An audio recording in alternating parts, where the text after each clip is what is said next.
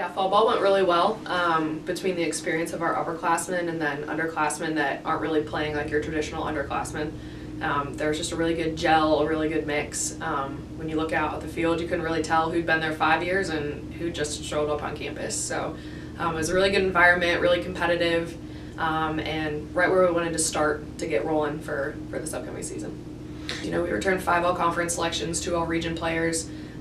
We've got a lot of seniors and 5th years, so their experience and just kind of helping guide the freshmen through, which they did really well this fall, really get acclimated, all that kind of stuff, and set a tone, most especially with their work ethic, off-season work, all that kind of stuff. It just helps kind of bring the freshmen in and the underclassmen into that environment and that high level, and hey, these are the things you need to be doing on your own to be competitive, these are the things that you need to get done at practices in order to be competitive. So the tone was really set high, and we can thank our upperclassmen for that, but also a huge shout out to our underclassmen for really buying in right away. Now, as long as the February weather in Virginia cooperates, it'll be super beneficial because we'll get to try out some different things before we head down. Greensboro is a super competitive program to start with, so we'll get to go in and kind of see where we fall right away, see what works, what doesn't before we go down and we play 3 teams that went to the NCAA tournament, 2 other teams that were in their conference championship games.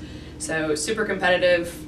First 10 games in order to get us ready for the ODAC, but also a really good chance to boost our strength of schedule before we come back. So getting some of those big wins so that we can look beyond not just the ODAC, but potentially getting a regional berth as well.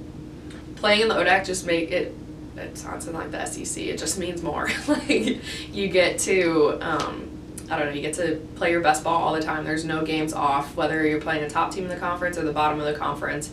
It's anybody's game any day, so if you're not on your A game, you're gonna get beat.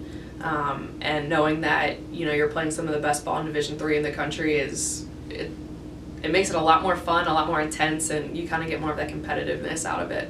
We do return 5 all-conference players. Tori and Sarah are both all-region.